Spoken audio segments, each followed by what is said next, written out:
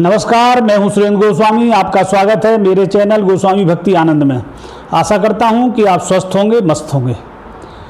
आगरा के छलेसर में वृंदावन से एक दलित युवक की बारात आई थी।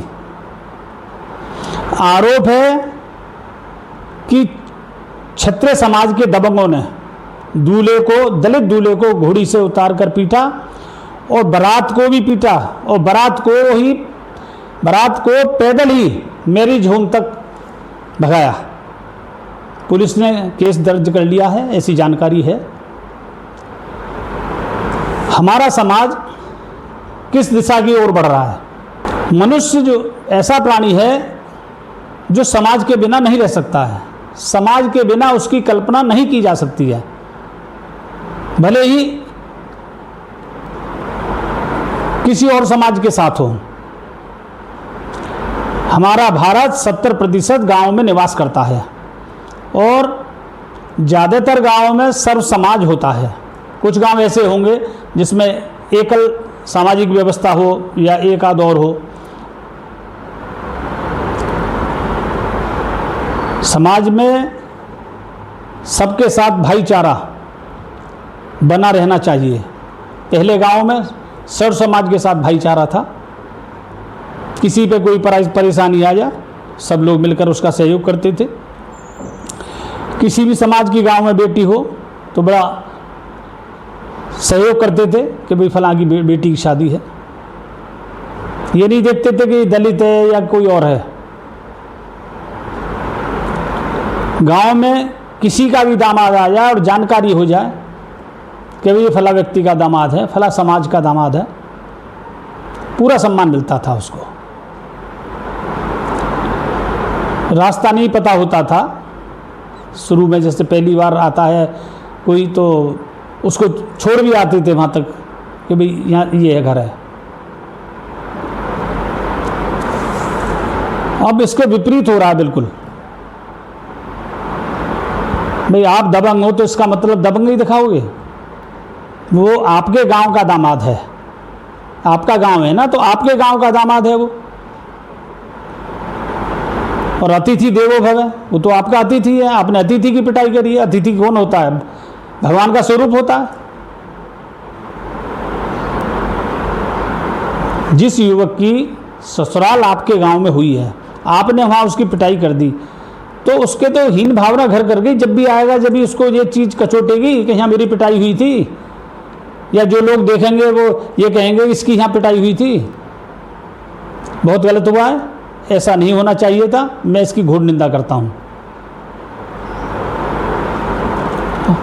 और ऐसा नहीं क्षत्रिय समाज ही ऐसा करता हो, अन्य समाज भी दबंगी दिखाते हैं, दलित समाज भी दबंगी दिखाते हैं। जब से ये चंद्रशेखर रावण सांसद बना है तब से दलित समाज में भी थोड़ी हवा भर गई है।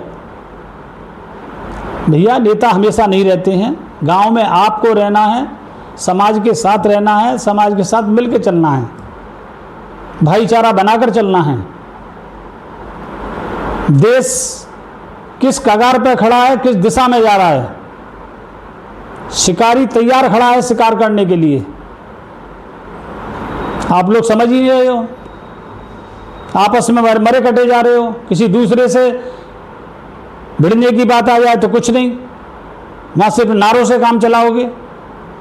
जय श्री राम, जय श्री राम, इससे आगे कुछ नहीं करोगे। पहले खूब नारा लगता था हिंदू मुस्लिम भाई भाई। हिंदू भाई क्यों नहीं लगता नारा? हिंदू भाई क्यों नहीं हो सकते? क्यों नहीं हो रहे हैं?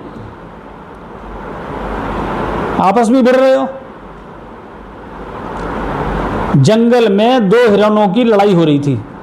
दोनों एक दूसरे को टक्कर मार रहे थे, भिड़ रहे थे, सिर से सिर लड़ा रखा था। और शिकारी घात लगाए बैठा था कि कैसे ही मौका मिले और मैं अपना शिकार करूं। और मौका मिला शिकारी को और एक को उठा ले गया। दोबारा मौका मिला, दूसरे को उठा ले गया। भाइयों, शिकारी घात लगाए बैठा है, तैयार बैठा है। वो फूट डालने का काम कर रहा है, किसी भी तरह से कर रहा हो। चाहे आपस में एकता बनाकर रखोगे तभी शिकारी पर विजय प्राप्त कर पाओगे। मेरी बात अगर समझ गए हो तो अमल करना। दलित युवक की बारात आई थी, क्यों नहीं घोड़ी पे चढ़ सकता वो? क्यों नहीं डीजे बजाकर निकल सकता वो? संविधान ने उसको भी अधिकार दिया है। वहाँ डीजे जोर से बजने पर कोई आपत्ति थी तो जाकर कहा जा सकता था, भाई यहाँ धीरे बजा लो, भले ही आगे तेज कर लेना, या धीरे बजा के ले जाओ। जिसके घर में शादी हो, जिसकी शादी हो, बारात चढ़ रही हो, तो खुशी का माहौल है, जोश का माहौल होता है कि नहीं होता है? हम करें तो लीला और दूसरा करे तो वो छिन रही। गलत बात है ना। अपने घर पे तो चींटी भी शेर होती है। आपने कौन सा बहादुरी का काम किया है? ताकतवर को कमज़ोर की मदद करनी चाहिए, उसका मददगार बनना चाहिए, उसको प्रोटेक्शन देना चाहिए। आपको लगता है कि भी दलित कमज़ोर हैं, ताकतवर को कभी कोई नहीं पीटता है, हमेशा कमज़ोर को ही पीटते हैं।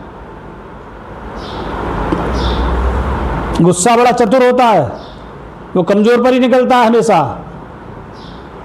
ताकतवर को देख के तो वो भी ढीला पड़ जाता है। भाईचारा बनाकर रखें, देश की स्थिति को समझें। वीडियो अच्छी लगे तो लाइक करें, कमेंट करें, शेयर करें, चैनल को सब्सक्राइब करें। धन्यवाद, नमस्कार।